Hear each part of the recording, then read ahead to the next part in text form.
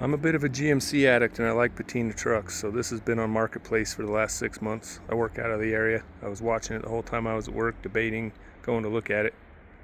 I was supposed to go back to work a week and a half ago. They didn't book my flight, and I used my trailer one day and it was still hooked up. I was like, well, let me at least go look at this. So I bought it from the guy and brought it home. Being a big truck, I would rather put this on a newer frame with a Duramax than do an LS swap. I had been watching that Duramax. Guy had it listed at $5,000. While I was watching it, he dropped it to $3,500 a few days ago.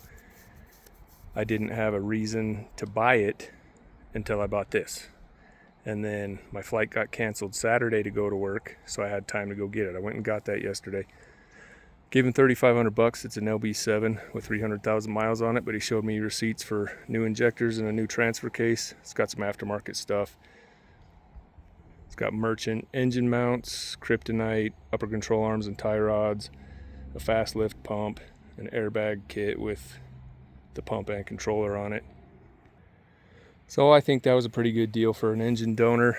That frame is toast, but I still have this regular cab long bed frame from my plow truck that I turned into a short bed. And I'd be fine with that as a long bed, so the plan is to swap the engine and transmission onto that cab, mock up the 57 cab, make cab mounts, build a flatbed for it.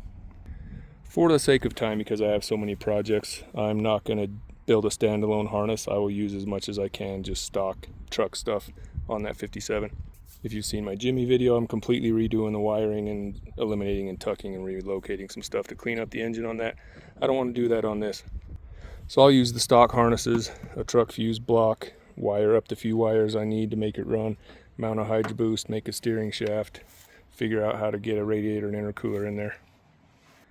I've got a lot to do. I haven't even posted most of my projects on YouTube yet, so I'm trying to get my brother to come help me do this. He's into cars and classic trucks as well, but he lives about 8 hours away from me. And my dad's not really a car guy. He likes orange though, so he thinks this is cool. And he retired earlier this year, so he and my brother, he also travels for work. He has a lot of free time too, so they're planning to come help me with the major disassembly, at least on these. I really like the look of this. I'll probably patch some rust and try to make some orange paint match so I can touch up stuff like that and then just clear coat it.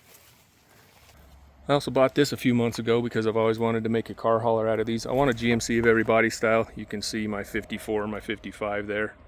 There's a video of the other 67 in my shop. I just bought this 67. I'll build this one while I drive the one in the shop and then sell that one.